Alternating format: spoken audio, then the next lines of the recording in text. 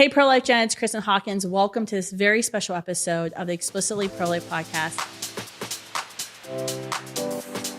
Today, we have one of my heroes sitting next to me. As you've been following my podcast for a number of years, as you're following my podcast, you will know that Vice President Mike Pence is one of our heroes in the pro-life generation, Students for Life, and one of my personal heroes. As U.S. Congressman, as governor, as vice president, he remained steadfast and courageous and unapologetic in his convictions. When asked why he was going to run for office the very first time, he pulled out a Time magazine article to his wife, showing her the humanity of the child in the womb, and said, to end abortion. That is my type of politician right there. We obviously know the Trump-Pence administration was the most pro-life presidential administration our nation has ever had, that appointed the 3 Supreme Court pro-life justices we needed to finally see Roe versus Wade thrown to the ash heap of history. And a lot of the good, amazing things that you saw happen during the 4 years of Trump-Pence administration are because of this man right here. So welcome, sir. Kristan, thank you. And I didn't mean to interrupt you in the opening, but you're one of my heroes too. I just appreciate so much Students for Life. I am so grateful for your bold leadership that is changing hearts and saving lives all across this country. And it's an honor to be with you. Well, it's such an honor to have you here. You're here speaking for our national gala in Naples, Florida. I know it's really hard to get you down to Naples in the middle of winter, but with all the grandbabies, it probably was. Karen was probably wondering why you're leaving all the grandbabies. That's right. You're now the grandfather of 3? We are. 3 baby girls. We are. Our life has changed a lot over the last 2 years, but nothing more so than becoming the grandparents of Avery Grace and Etta Rose and Elena Marie. We're incredibly blessed. And, honestly, Kristan, I mean, you're a mom, and as well as a great pro-life champion. I would tell you, looking at those newborns in the eye, looking at our little Avery Grace, whose father is a fighter pilot. So we say Avery Grace is all thrust, no vector. And I just think what we owe them, the America that we owe them, now that we have this opportunity for a new beginning for life, to give them an America that cherishes every life, born and unborn. It's been a passion of my life. It's been a passion of your life. But there's something about looking in the eyes of those little ones that has steeled our resolve even further to stand for life. That's awesome. And I think when you're trying to judge a man by his character, you look at his family, and you have, sir, a wonderful family. Oh, we're blessed. Karen, I love following the Karen Instagram. Pence gets all the credit, and kids are terrific, and we're just very, very blessed. And but again, I really want to tell you, I think what Students for Life has done, now that we are in this post-Roe generation, is of such enormous importance. Because as I said to you and to this group, even before the Dobbs decision came down, that if the Supreme Court made the decision to overturn Roe versus Wade, we would not be at the end of the cause of the right to life. That's right. We'd be at the end of the beginning. And you understand that. Students for Life understands that. That it's now incumbent upon us to engage policy leaders, not just at the federal level, but also in state after state. And I want to commend you for doing that, the progress that we're making in pro-life legislation and in winning hearts in this generation is a great tribute to all your work. Well, thank you. I mean, you certainly know that, there's so much ahead of us. That's kind of why I wanted to have you on the podcast today, to talk about what we're looking at in the future of our politics here in America. I mean, I think one of the things that's been, surprising to some of the younger members of the pro-life generation has been, does it sometimes feel like we have to push Republicans or conservatives very hard to stand up and fight for this issue, where Democrats are falling over themselves to vote for bills that allow babies who've been born alive during an abortion to suffocate, that receive no medical care? That didn't seem like it was very hard for them to get, almost every single Democrat up on Capitol Hill to do just a few weeks ago. Well, I think it's a lack of faith in the American people. Look, this is a nation that cherishes the principle that we're endowed by our Creator with certain inalienable rights, and first among them is life. I think this is a nation that cherishes life, but for too long, leaders, particularly in the Republican Party, have been unwilling to clearly state where they stand on the sanctity of life. And but I think you can look at those 2022 elections and see that the women and men that were standing for office who clearly stated their position on the right to life. That's right. And called out the extremism of the Democratic Party that supports taxpayer funding of abortion all the way up to the moment of birth. They did quite well, but the candidates that shied away from talking about their pro-life views, and then allowed Democrats to define them, did not fare as well. And we lost some races where we had terrific candidates, where the Democrats poured literally millions of dollars into painting Republican candidates as extreme and uncompassionate. But I think it's all about letting your yes be yes and your no be no. And in my experience, in my 20 years in the Congress and as a governor and as vice president of the United States, is to speak boldly, to speak gently and with compassion. You're going to find that I truly believe the majority of the people stand with us when we stand unapologetically for life. That's right. I mean, you can't run from a bully. They're going to chase you. And I feel like some of these candidates sometimes try to run from the abortion Goliath, and they're just going to keep chasing them down. Right. And you've got to stand your ground. I think one of the things we're thinking about, we're certainly at Students for Life Action getting prepared for 2024 and doing all the trainings and recruitments we can of young people. We're going to be knocking on the doors, getting the frostbite, getting the sunburn. The GOP playing field may be quite crowded going into the primary. Everyone's talking about it. What do you think, as someone who's been vice president of the United States, who's firsthand seen the power that the presidential administration can have in shaping the course of our nation, what do you think voters need to be looking for, and how to find those true fighters in the playing field? Well, I think, the way you fight in the public square is you stand. And I think what the American people should be looking for in our candidates for Congress, for the State House, for governors, for President of the United States, are people that are willing to stand firmly on the principle of the sanctity of human life, and then be prepared to support those efforts at every level. I think we cannot rest or relent until we restore the sanctity of life to the center of American law in every state in this country, and to have leaders that express that unapologetically, don't shy away from that.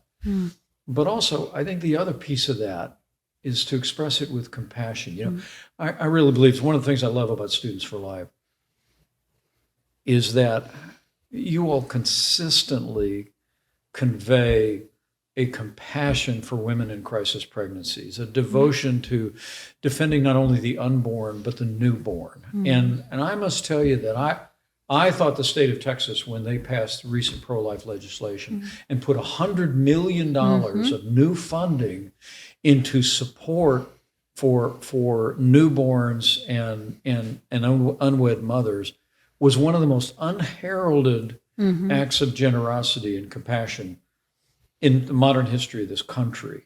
But I really think that's the combination, is to stand firm without apology, to have leaders that will do that, but also, the Bible says, always be prepared to give a reason for the hope that you have, but do so with gentleness and respect. And I think understanding, as you do, Kristan, like very few others, understanding the hurt and the fear and the pressure that someone can feel in that environment, to have endured what our nation has endured over the last half century, to bring a measure of compassion and a generous spirit to that, I think is exactly how we will make progress and achieve that day when abortion is not only illegal, but it's unthinkable. Yeah. This is a question, you kind of led into this a little bit, that I get a lot, certainly since Roe's reversal of, what does the pro-life movement stand for in helping pregnant and parenting women, families in crisis. Sure. What's the GOP going to do with all these babies being born? Like, love them, adopt them. I mean, we were actually getting blamed recently. There was a diaper shortage, and they were blaming pro-lifers because there was too many babies being born. So I was responsible for a diaper shortage, but Joe Biden wasn't responsible for a baby formula shortage for months. But I thought that was interesting because it seems that those who advocate for abortion are very quick to throw the baby out the bathwater. And what are some policy prescriptions or things that you think conservatives can be thinking about, like the Alternatives Abortion Act in Texas, that these are things that we can implement in our states to solve these problems? Well, I think there's a whole range of things. I'll speak about them at the gala tonight, of policies that we ought to be advancing. Okay. But I think, look, I think if you're going to be pro-life, you have to be pro-adoption. The average private adoption in America today costs $70,000. Holy cow. That's way more than the average income Yeah. of American families. And that's immoral. That's a moral failure by our country. And I believe that it represents an extraordinary opportunity for us. You know, part of my story that I wrote about a bit in my recent autobiography, which is available in all good bookstores, I'm supposed to mention. I think it might have some copies here tonight. But, you know, Karen and I struggled with unexplained infertility for 5 years. And we went through all the testing and all the heartbreak that families go through. And we made the decision to put our name in for adoption. And I'll never forget the day we got the phone call. Just a month after Karen learned that she was pregnant after 5 years, we got a phone call that a young woman had looked at our profile and chosen us for her baby. And I must tell you, Kristan, it was, we'd already crossed over the threshold of believing, as I do to this day, that whether the children are born to you or you adopt them, you can have forever families. And we'd already made that decision. But as we prayed about it, we had one question for the attorney we were working with, and that is the runner-up family clinically infertile? Were they unable to have children? Because we had now learned that we were able to have children. And when he came back to us and said, yes, they can't have children, we stepped aside because we didn't want to stand in the way of God blessing that family with a child. But so our family had gone through that decision. And it was then that I learned that there was roughly the same number of families experiencing infertility in this country every year as there were abortions. It's one of the reasons I've said for decades that there's no such thing as an unwanted child in America. There's a family out there that wants that baby and is prepared to raise that child. But a barrier in the law, the complexity of adoption that we have today, I think is an issue that ought to be addressed in every state in the country, and to the extent that our federal partners can be a part of helping with that. We ought to make adoption affordable, accessible, and easy, so that when a woman finds herself in a crisis pregnancy, when a family finds themselves unable to start a family, that those two things can come together for a victory for life. That's beautiful. And amen. I think every member of the pro-life generation can agree with that. Let's go to some other questions I have for you. Some might be a job interview. I don't know. What should the next pro-life president do? What should be like the first thing? I mean, there's been a lot. When we look at this Biden administration, the weaponization of DOJ, of FDA, the proliferation of chemical abortion pills, what in your mind, in your view, would be the first thing a pro-life president needs to do as soon as they come back from inauguration? There's no greater obligation a president has than to choose the men and women that we appoint to our federal courts. Whether there's a vacancy on the Supreme Court of the United States or not. In our administration, we appointed 300 conservatives. A record. To our courts at every level. And I can tell you that they are men and women who share our view about strict construction of the Constitution and inalienable rights. And I would tell you, I think the very first thing is to ensure that the pro-life majority that we have on the Supreme Court and the courts of appeals, where we'll draw the next justices from, are increasingly filled with men and women who understand the importance of ensuring that the sanctity of life is back at the center of American law.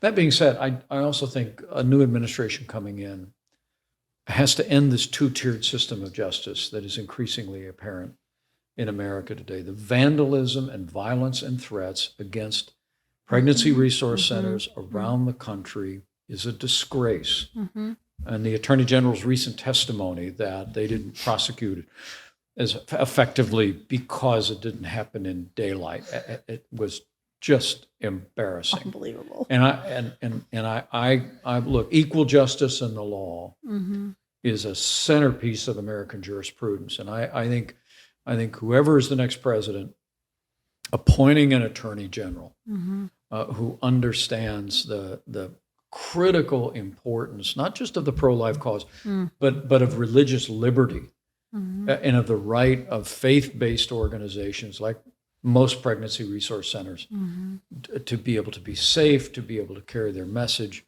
and ultimately to be able to participate in the public support that goes for aid and support for women. Yeah, it was unbelievable to see the Attorney General say basically vampires get a free pass at bombing pregnancy centers. It's dangerous. It's actually very dangerous for us on campuses right now. I'm traveling with armed guards. We're getting to the point now where we have certain student leaders where I'm probably going to have to start raising money and support to pay for them to have security guards because it's gotten so bad on their campuses. And that stems from the top. When the Attorney General says things like that, it makes it clear that to all of these pro-abortion radicals that no one's going to stop them. But it can be solved. When you prosecute to the fullest extent of the law those who engage in political terrorism in the country, which is what it is. And I think the next president, there's an old saying in Washington that personnel is policy. And making sure that the next Attorney General of the United States, the next director of the FBI, understand the rights and privileges, the First Amendment, freedom of religion, freedom of expression of those who champion the pro-life movement, and protect their lives and property will be central. Yeah, because if we lose our rights to speak, we lose our rights to assembly, we lose our religious conscience protections, we're not going to have a pro-life movement. Right. And I think it's something that I've been really awakened to in the past year since Roe's been thrown to the ash heap. A couple of questions and we'll finish out. They're fun questions. Yeah, but remember, you're absolutely right. Look, the freedom of religion was our first freedom. The pilgrims came here for religious freedom. Our founders enshrined it in the First Amendment. For me, for you, for so many in the cause of the pro-life movement, I'm animated by the truth of history in the Holy Bible that says, "Before I formed you in the womb, I knew you." And at a time when we're seeing a greater and greater intrusion from the American left, from an administration hostile to religious expression, hostile to religious freedom, now more than ever, we need renewed Republican majorities in the House, a new Republican majority in the Senate, and a Republican president of the United States who will stand for life and religious liberty. Absolutely. And I know we'll get it. Oh, yes, we will.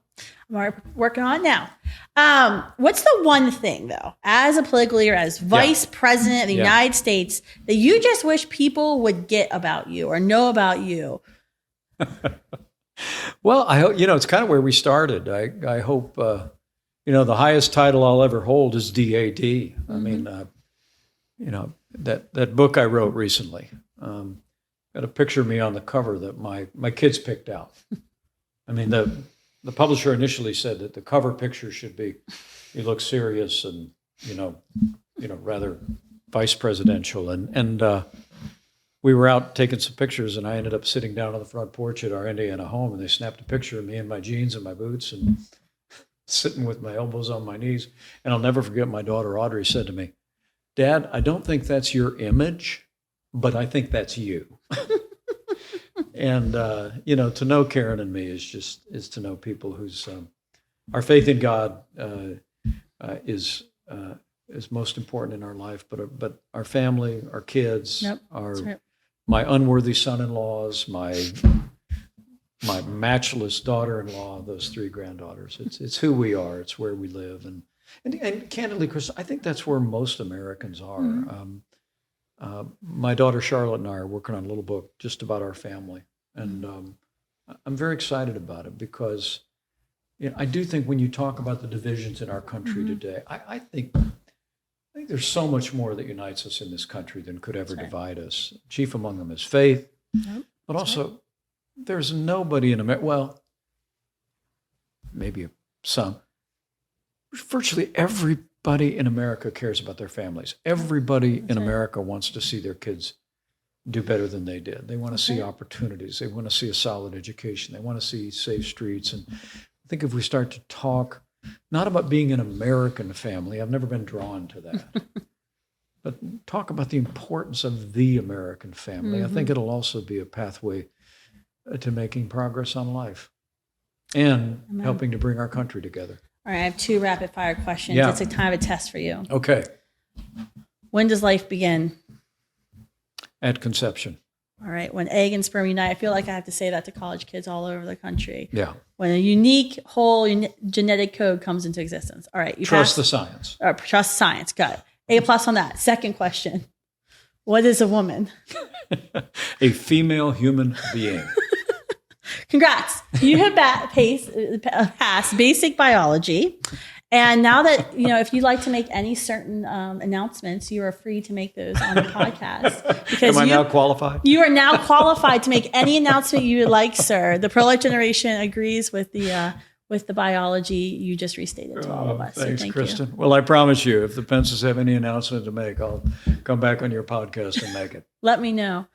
We're praying for you. We know you guys have had a grueling schedule since you left Washington, and you've been doing so much for our country. So it's such an honor to have your team advancing American freedom, the amicus briefs you are filing, the way that you're staying inside of the conversation in the Beltway. It's speaking into important issues. It's very, very important. So I want to thank you and your team for all of your hard work on that. And I want to thank you all for joining and listening to this very special podcast with my hero, Vice President Mike Pence.